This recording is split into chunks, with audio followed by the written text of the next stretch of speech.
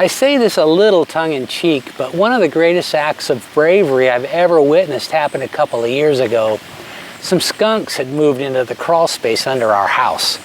We became aware of it because they apparently got into a fight and sprayed each other, which created an unbearable smell throughout our home. But when the pest control guy arrived and got to work, I was in awe of the fearlessness he exhibited as he suited up to go under the house directly into the teeth of that stinky situation. That took courage.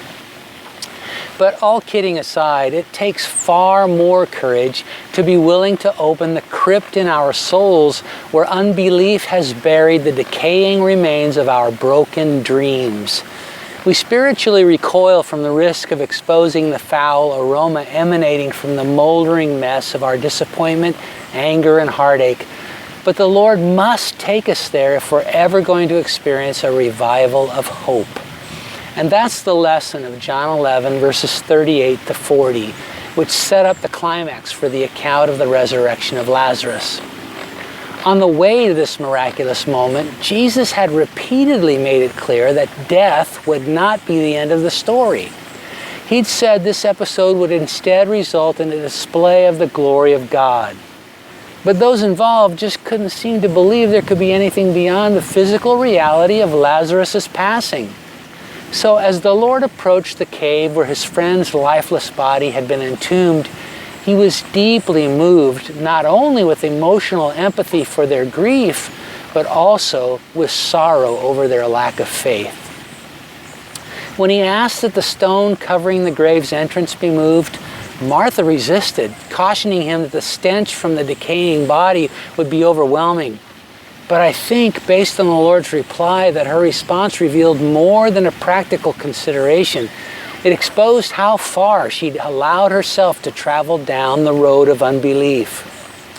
Her earlier conversation with Jesus had awakened a fresh confidence in who he is, but unbelief buries hope, and much of hers was in the grave along with her brother's body. She was grieving her way through to a future without him, and it seems that she'd already become so invested in her new reality, she just couldn't imagine there was any alternative. I mean, dead bodies stay dead and rot. End of story. But as he always does, Jesus was challenging earthbound assumptions and illuminating a heavenly perspective. With a statement in the form of a question, he called her to believe what he'd said over what she thought she knew. By asking that the tomb be opened, he was also asking her to be willing to reopen the story to a different ending. He was inviting her to trust the power and faithfulness of his word more than the limitations of her own understanding.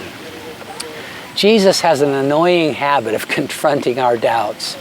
His loving heart just refuses to abandon us to that confining state which so vastly limits our experience of his glory. Do you have a hope rotting in a tomb dug by unbelief? If so, don't be surprised when Jesus asks you to move the stone that covers that grave. We must brave the putrid scent of our faithlessness and expose the decomposing corpse of our unfulfilled hopes if we're going to witness the unimaginable wonder of his power to restore what we thought was lost. He's really good at resurrecting broken dreams, and you can confidently bring yours to him right now.